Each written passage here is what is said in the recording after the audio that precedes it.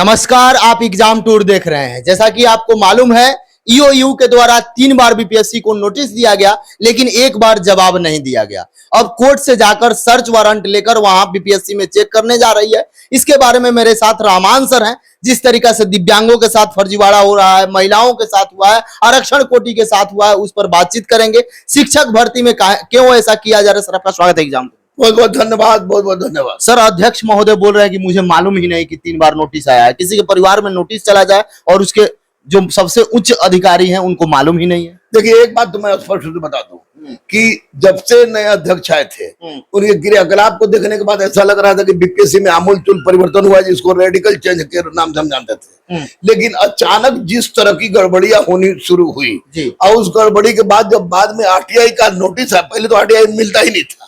जब आरटीआई आया तो आरटीआई ने दूध का दूध पानी का पानी कर दिया और उसमें पता चला कि दिव्यांग कोटि में भी आरक्षण दे दिया गया, बाहरी लोगों का महिला कोटि में भी दे दिया गया है, जिसका 55% और 60% वाली बात होती है उसमें भी आरक्षण दे दिया गया है। तो निश्चित रूप से अगर अध्यक्ष महोदय ये बात कर रहे हैं कि उनको ये जानकारी नहीं है, तो या तो वो बनने का प्रयास कर रहे हैं या छुपा रहे हैं। लेकिन एक बात हमको बताने में तनिक भी संकोच नहीं है कि दाल काला नहीं है, पूरा दाल काला है। और इसमें मैं बार बार आपको बोलता हूं कि सफाई कर्मी से लेके अध्यक्ष तक का वहां से पहले हटाए माननीय मुख्यमंत्री।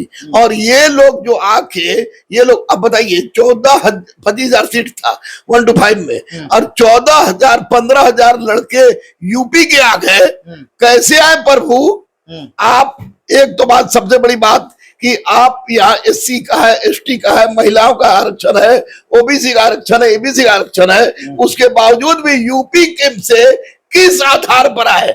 चेयरमैन पर, किसी भी तरह से चेयरमैन हो, सचिव हो या जो भी इसमें संलिप्त हो, उस पर माननीय मुख्यमंत्री से अनुरोध है मेरा, माननीय उप मुख्यमंत्री सम्राट भैया से अनुरोध है, महामहिम से अनुरोध है, इस पर सख्त से सख्त कार्रवाई हो ताकि इस तरह की दुस्साहस फिर आने वाला कोई अधिकारी और चेयरमैन न कर सके। ये तो केवल आरक्षण दे दिया गया, घुसा दिया गया। बहुत सारे ऐसे विद्यार्थी हैं जो अभी नोटिस दिया गया है, जिनका आय, जाति, निवास सब यहाँ के बनवा के, आवासीय डोमिसाइल बनवा के वो लोग भी घुसे हुए हैं। यदि सभी संख्या निकाला जाए तो 10% बिहार के बच्चों का मात्र बहाली हुआ है। देखिए, बिहार के लड़कों की 10% बहाली होने का मतलब बहाली नहीं हुआ है।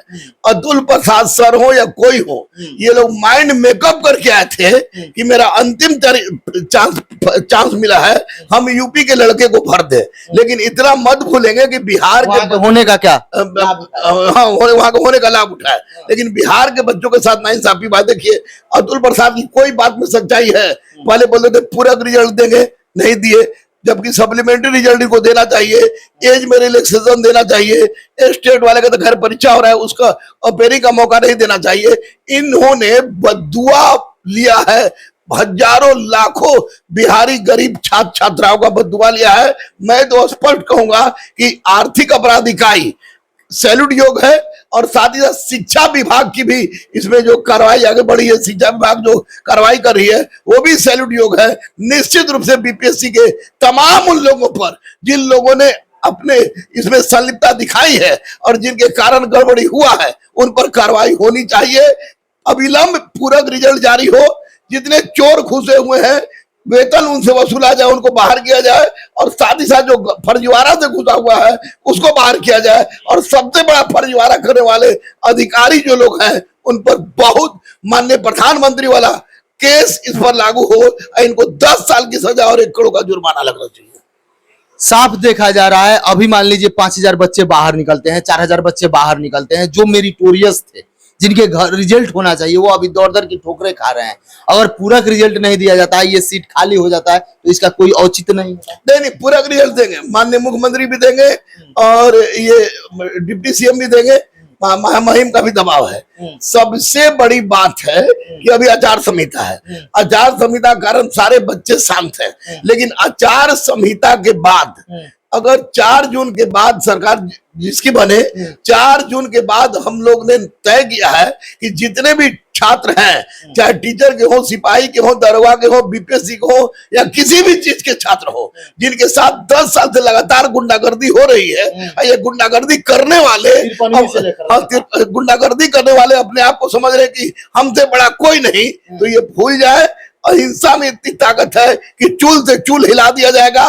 सरकार सजग है, इसमें कहने में कोई संदेह नहीं है, लेकिन ये अध्यक्ष हो, सचिव हो या कोई भी जो अधिकारी इसमें भिड़ा हुआ है, वह बिल्कुल पूरी तरह से बिहार के बच्चों के साथ घातक कार्य किया है। इन लोगों को दंड जब तक नहीं मिलेगा तब तक बिहार के इन बच्चों को सुकून नहीं मिलेगा।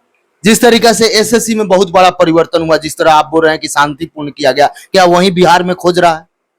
बिहार में सबसे पहले तो माननीय प्रधानमंत्री के ने जो कानून लाया है संसद में, उसको पटल पर लाया जाए और साथ ही साथ आमूल चूल परिवर्तन की जरूरत है, जिसको रेडिकल चेंज कहा जाता है। रेडिकल चेंज हो और बिहार लोक सेवा आयोग, बीपीएसएससी, बीएसएससी, सिपाही भर्ती बोर्ड के जितने भी लोग स्टाफ है, सफाई कर्मी से अध्यक्ष तक को बाहर निकाल के फेंका जाए और एक ईमानदार लोगों को वहां बैठाया जाए, ताकि गरीब बच्चों के साथ नाइंसाफी न हो। सर, लिस्ट आप डिमांड करते हैं कि नहीं, वो चाहे शिक्षा विभाग हो या बीपीएससी, कम से कम कैटेगरी वाइज लिस्ट जारी करे कि कितना लोगों को ज्वाइनिंग कराए, किस कैटेगरी में कितना ज्वाइनिंग कराए, कौन कौन कहां से है, ये सब। हाँ बिल्कुल 100%। अगर थोड़ी सी भी शर्म है बीपीएससी में, थोड़ी सी भी शर्म है, तो कैटेगरी वाइज रिजल्ट जारी कराए, पूरक रिजल्ट तुरंत जारी करे, एज रिलैक्सेशन दे, और अपेयरिंग वाले को जो मौका दिया जा रहा है कि नहीं दिया जा रहा है, उस पर उनको मौका मिलना चाहिए और कैटेगरी वाइज रिजल्ट जारी करे। यह लोकतंत्र की डिमांड है, यह बिहार के बच्चों की डिमांड है। इसको जारी करना ही होगा, नहीं तो हम लोग आचार संहिता के बाद अहिंसात्मक रूप से आमरण अनशन करेंगे, चाहे तो अध्यक्ष महोदय या सचिव महोदय रहे या हम लोग रहे, लेकिन हम लोग जान दे देंगे, इस तरह की गुंडागर्दी बर्दाश्त नहीं करेंगे। बहुत बहुत धन्यवाद। Thank you, thank you, thank you.